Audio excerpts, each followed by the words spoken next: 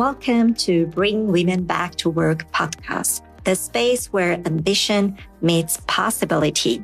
Here we elevate the voices of women returning to the workforce, amplifying the leaders who champion them and challenge the system that hold them back.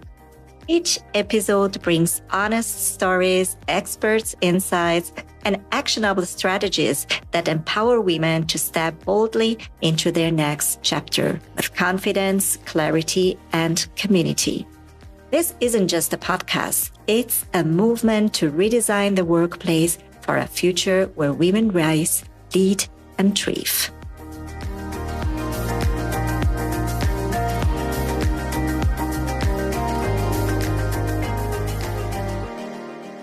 Hi, everyone, and welcome to the Bring Women Back to Work podcast. My name is Natalie Alexander, and I'm part of the team at BWBW. And as part of the podcast, we have this incredible opportunity to reflect with guests of many different backgrounds on the ways we can all support women who've taken a career break and want to return to work, but also ways we can help retain them at work structurally and also support them as they rise into different leadership positions or areas where they'd like to have an impact. And in this episode, we're thrilled to have as our guest, Jacques Lefebvre, who is a coach and also serves as coaching lead at Bring Women Back to Work. Jacques, welcome. Thank you so much for joining us. Hello, Natalie. I'm really pleased to be here today with you on the podcast. We're so thankful to have you. I mean, you do a lot in your life, but part of your professional journey is coaching, both teams and individuals. So I wanted to first ask you, what inspired you to be a coach? By nature and by education, I've always enjoyed helping people understand their dreams and passion. But it's also related to the struggles I have faced and adapt myself to the world during my childhood and enterprise, because I faced some difficult situations.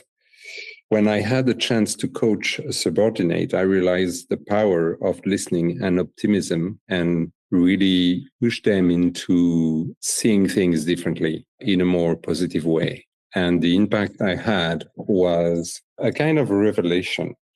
And then I had the opportunity to be trained as an internal coach in my company. And I took that, and it was in 2021. So that's now 5 years. I'm an internal coach. It's interesting that you say that there were experiences in your life that inspired you to be a coach. And when you started to coach, you saw the impact that it had. And so I wanted to also explore why joining Bring Women Back to Work was important to you. I have a chance that in my company, we are allowed to do 56 hours of volunteering on my working hours per year. And that helps a lot. So I decided when I became an internal coach to use those volunteering hours to help people in coaching. And I found this NGO called Social Builder that helps women get in the tech industry and set up their own company also. And then I came across through an internal other coach that is a colleague about Bring Women Back to Work. And I decided to join. And it was a fantastic journey. And I think it's quite naturally that I focused on those two NGOs that helps women. It must be linked to the fact that I was raised by three women: my mother, my grandmother, and my great-grandmother. My mother struggled with work. And I guess this is my way really of giving back, I guess. Wow. Growing up, you saw these incredible women in your life, but maybe they didn't have the same chance as you would want your daughters or the next generations of women to have when it comes to work. That's exactly that, yeah. And I'm also coaching now my own daughters. Nice. I also wanted to mention that you're a speaker in another program at Bring Women Back to Work, which is called the Executive Circle. And for those who don't know it, this is a new program that's dedicated more to those who are in the workplace already and to building strong female leadership in the workplace. And what's interesting is both there and in your role as a coach for the program participants, you're really passionate about highlighting that the human aspects are the most critical in business and in projects. Can you share with us why? Yeah, Natalie, I think it's after 30 years of professional experience, I'm really convinced that most of the hurdles in business is for people to listen to each other, not judging others, or sometimes, and maybe more than judging others, is judging themselves. We all have built patterns in interacting with others through our childhood, and those patterns help us to stay on the safe side. But to mature and evolve, we need to enrich those patterns and sometimes deconstruct them. So that's really why I think coaching is important, to help people have a look back on how they behave and have a kind of a introspection on it and see what is relevant to keep and what needs to be adapted a little bit. Yeah. So listening more is something we can all take home from your answer. Your coaching strengths and also your interests are on self-confidence, on having a vision or defining your vision, what you call teaming, leadership styles, and psychological dynamics. I can imagine that when you're coaching someone, you could talk about all of these things in a given session, but also across many sessions. How do you go about exploring these themes when you're coaching someone who wants to return to work? I guess along the last 5 years of coaching, I've studied many different personal development techniques. When I start a coaching, I really listen to the coachee to identify potential hurdles that they are sharing between the lines, if you like. Yeah. When you listen to them, you can feel some of the patterns emerging. And unconsciously, I identify with the personal development techniques, and I see how such and such techniques would fit the coachee.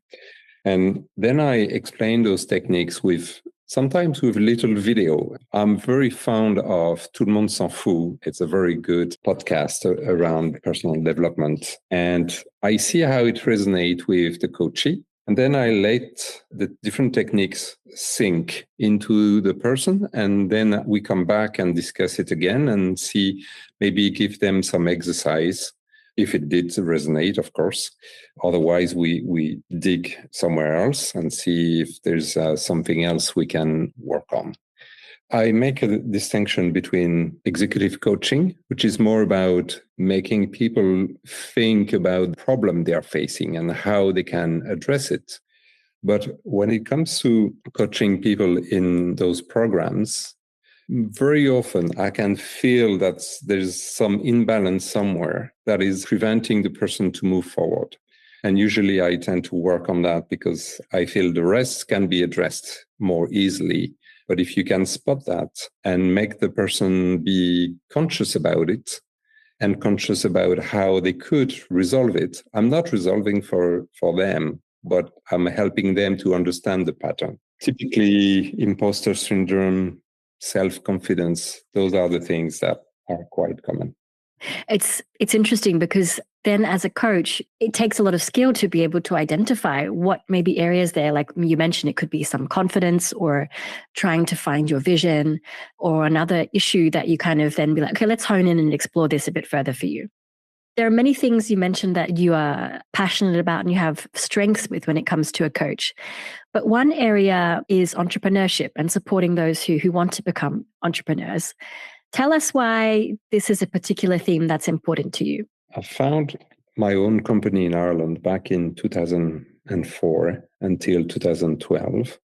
And the experience was really enriching. I learned a lot from it. And I believe that helping coaches to identify all the analysis angle when they want to build their business. So if they understand all angles, they can really harden the business proposition, ensure that the endeavor is sound and realistic.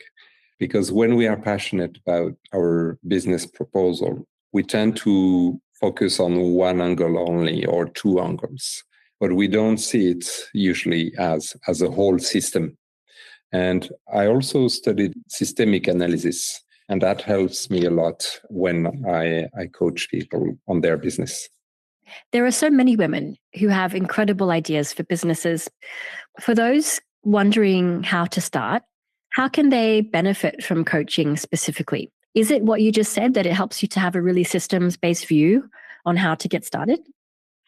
Yeah, it's all about introspection. When you're to build a new business, you need to be quite anchored in your posture and not being troubled by the answers of people reacting to your business proposal.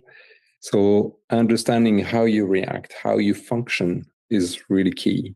So that's the type of things we address, not just the business side of things, but maybe the posture element and how to build it.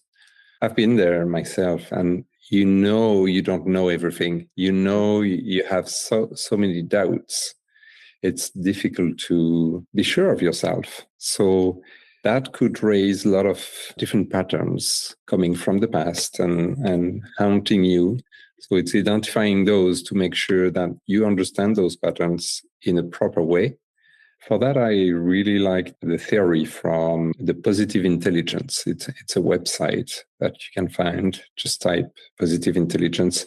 There's a questionnaire about saboteurs. It is absolutely enlightening. You have to do it to really understand those patterns and why they are good for you, but also how you need to be cautious about the side effect of those patterns.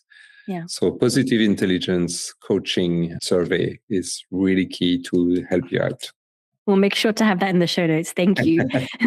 Would you say then that this is the most common mindset blockage for entrepreneurs that you work with? This kind of feeling that you might sabotage it or that it might not work? What kind of mindset blockages do you think people have? It is usually more self-confidence, imposter syndrome. It's also listening, how to listen. The listening skill for me is really key because I was coaching someone recently and the person have imposter syndrome. And what I was explaining is, I'm not saying it's the whole imposter syndrome. Okay. I'm just saying a part of the imposter syndrome is telling the individual that they don't know everything and they need to be cautious and they need to research before they say things, because internally their gut feeling is saying, be careful. We search how to overcome this. And one of the advice I gave was, instead of showing what you know, why don't you ask questions and listen to what they know instead of what you know? And the person told me, wow, I never thought about it this way. And I can come back to that later, but it's really an important part of what I have discovered through my years of coaching. Yeah. So coming back then to, you start work with someone who wants to start a business or work through their business idea. What are the first questions you invite them to explore? So there, I'm more into the mentoring side of things as opposed to coaching. But I want to first understand, is the business project that they have is research tested? What are the facts that they gathered that makes them say, yes, that's a sound business? Understanding also their business development process. One thing I've learned as an entrepreneur is there's 3 things absolutely key to develop a business. And maybe it's a little bit typical Irish humor. The first one is sell. You really have to sell. The second is sell. You really, really have to sell. And the third one is sell. If you don't sell, forget everything you do. You have to start selling. The rest is a rich problem. If you can sell something, you'll find a way to make it happen, one way or the other. So how do you help someone then as a coach? Like you mentioned, there's mentoring aspects there, but as a coach, from starting to have this idea to actually selling something, what does a coaching focus look like in the first, 3 to 6 months or even a year of starting a business? One question I didn't tell before, it's what is the target? Is it a job for life, or are you trying to build a business that you want to sell later to make a lot of money? That's 2 different approaches, and they don't raise the same questions. They don't raise the same understanding of how it needs to become. So if it's job for life or exit, the question would be slightly different. But in general, I would check more as an entrepreneur myself, as a mentor entrepreneur, if you like. Check the business idea reality from a sales point of view, from a competition point of view, from a realization and maintenance and running operational point of view, if you like. Then it would be to review, I love that, the business canvas. It's a real tool to map your whole business with all the elements within.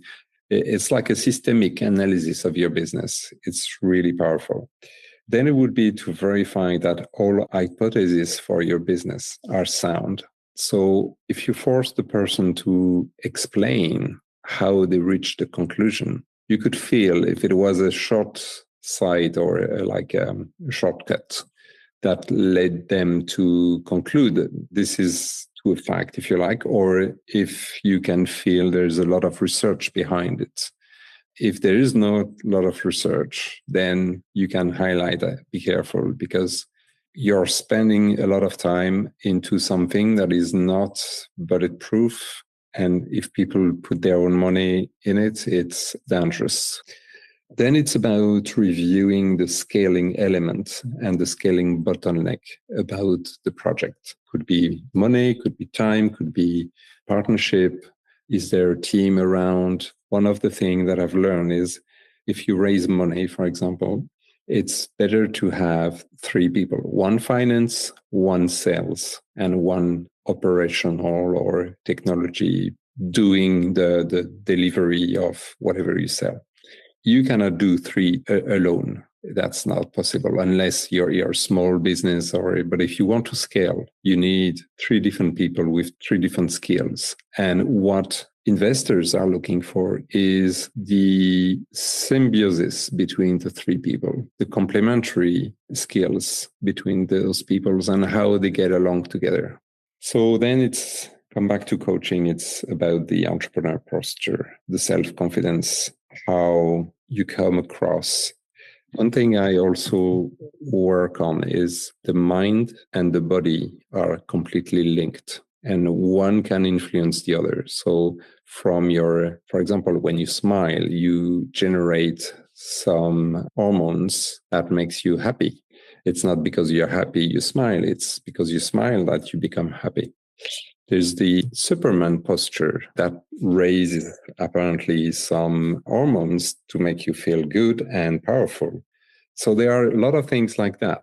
And as a coach, I like to work on that to see if the person gets those things and can change their posture. And it's so easy to change the posture, the physical posture, to change the mindset and how you project yourself to others. That's really interesting. Really, really interesting. I want to come to a point that you mentioned about scaling, because it's true that at some point in your business, you will grow and you will need to scale with regard to staff or partners. And you've worked a lot in your coaching on teaming and leadership. So what advice would you give new founders when they're at the point in their business where they're building a team or they're collaborating with important partners that will grow their business? Yeah, that's really important. And it's difficult when you're alone and then you grow a team. And how do you establish that leadership? For me, it's by establishing the leadership through their vision and listening.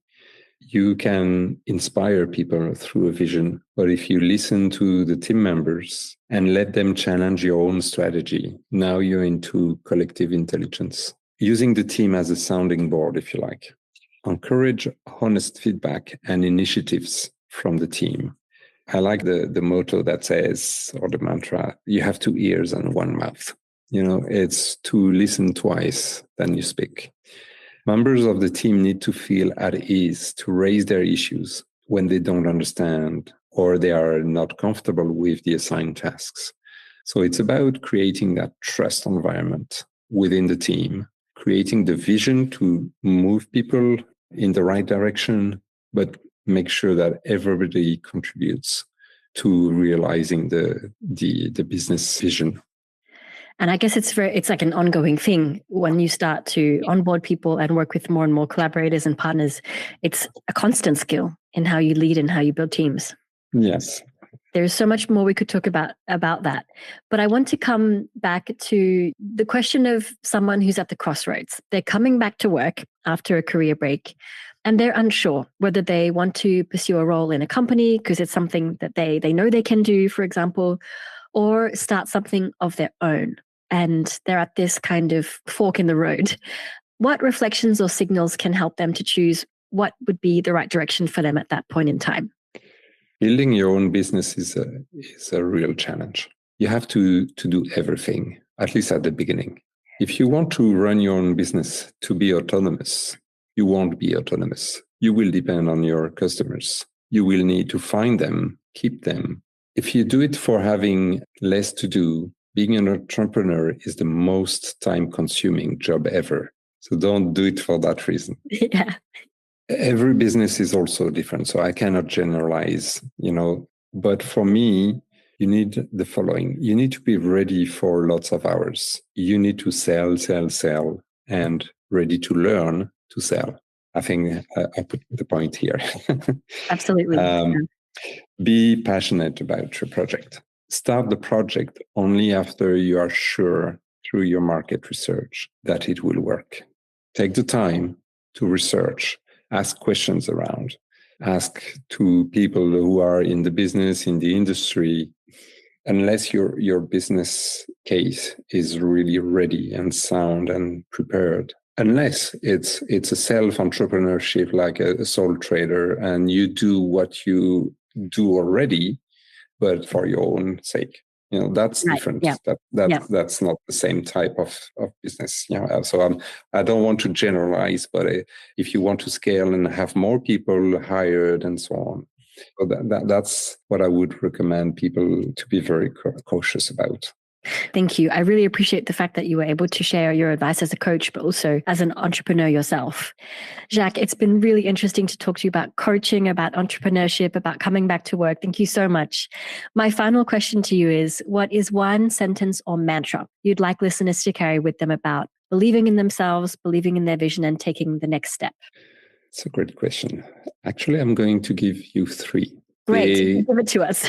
They are the same, but they are not from the same people, and they are phrased slightly differently, but they mean the same thing. First one is from Goethe. Talking is a need, listening is a talent. The second is from Jimi Hendrix. Knowledge talks, wisdom listen. And the last one is from Hemingway.